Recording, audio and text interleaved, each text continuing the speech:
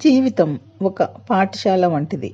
ఇక్కడ ప్రతిదీ నేర్చుకోవాలి, తెలుసుకోవాలి, ఆచరించాలి, బాధ్యతగా ఉండాలి. గెలుపు, ఓటమి, సుఖం, దుఃఖం ఇలా అన్నీ మనకు ఏదో ఒకటి నేర్పుతూనే ఉంటాయి. మెరుగు పెట్టకుండా రత్నానికి, కష్టాలు ఎదుర్కోకుండా మనిషికి గుర్తింపు రాదు. కేవలం డబ్బుంటే సరిపోదు. మంచి వ్యక్తిత్వం ఉంటేనే సమాజం గౌరవిస్తుంది. స్నేహానికి వయసుతో సంబంధం లేదు.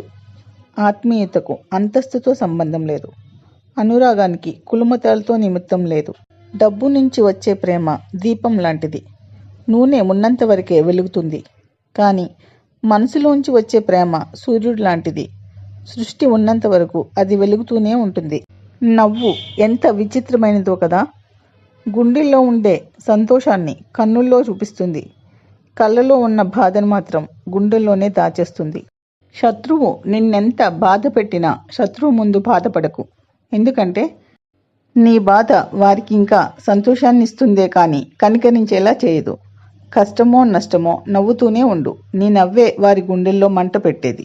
నలుగురికి సాయం చేసే గుణం నీదైతే నీకు ఏ కష్టం వచ్చినా, ఏ అవసరం వచ్చినా నువ్వు నమ్మే దైవం నిన్ను వెతుక్కుంటూ వచ్చి నీకు కావలసింది ఇచ్చే వెళ్తాడు. చదివిన ప్రతి అక్షరం ఏదో ఒక చోట ఉపయోగపడుతుంది. చేసిన మంచి పని కూడా ఏదో ఒక విధంగా తిరిగి మనకు మంచి చేస్తుంది. జీవితం నీది, కష్టం నీది, గెలుపు ఓటమి నీది. పడితే లేవాల్సింది నువ్వే, బాధని భరించాల్సింది నువ్వే, ధైర్యం చెప్పుకోవాల్సింది నీకు నువ్వే. ఇతరులు కేవలం చోద్యం చూస్తారు, వీలైతే ఎగతాళి చేస్తారు. అందుకే ఎవరిని పట్టించుకోవద్దు. కోపం, చికాకు ఇంటి బయటే వదిలేయి. అవి నీ కాళ్లకు అంటిన మట్టి లాంటివి.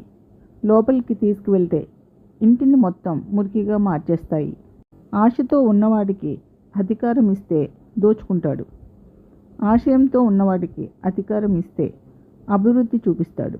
ఆకలికి అన్నం పెట్టేవారికి, ఆపదలో ఆదుకునేవారికి, అవసరమైనప్పుడు ప్రేమ పంచేవారికి, మనసారా నీ కోసం కన్నీరు కార్చేవారికి ఎప్పుడూ రుణపడి ఉండు.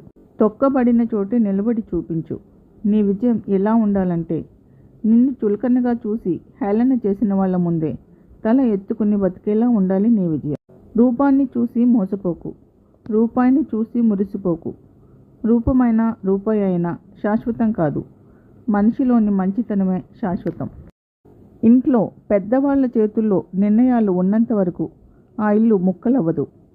ఎప్పుడైతే ఇంట్లో అందరూ పెద్దవాళ్ళమయ్యాం అనుకుంటారో అప్పుడు ఆ ఇల్లు ముక్కలవడానికి పెద్దగా సమయం పట్టదు. Thank you.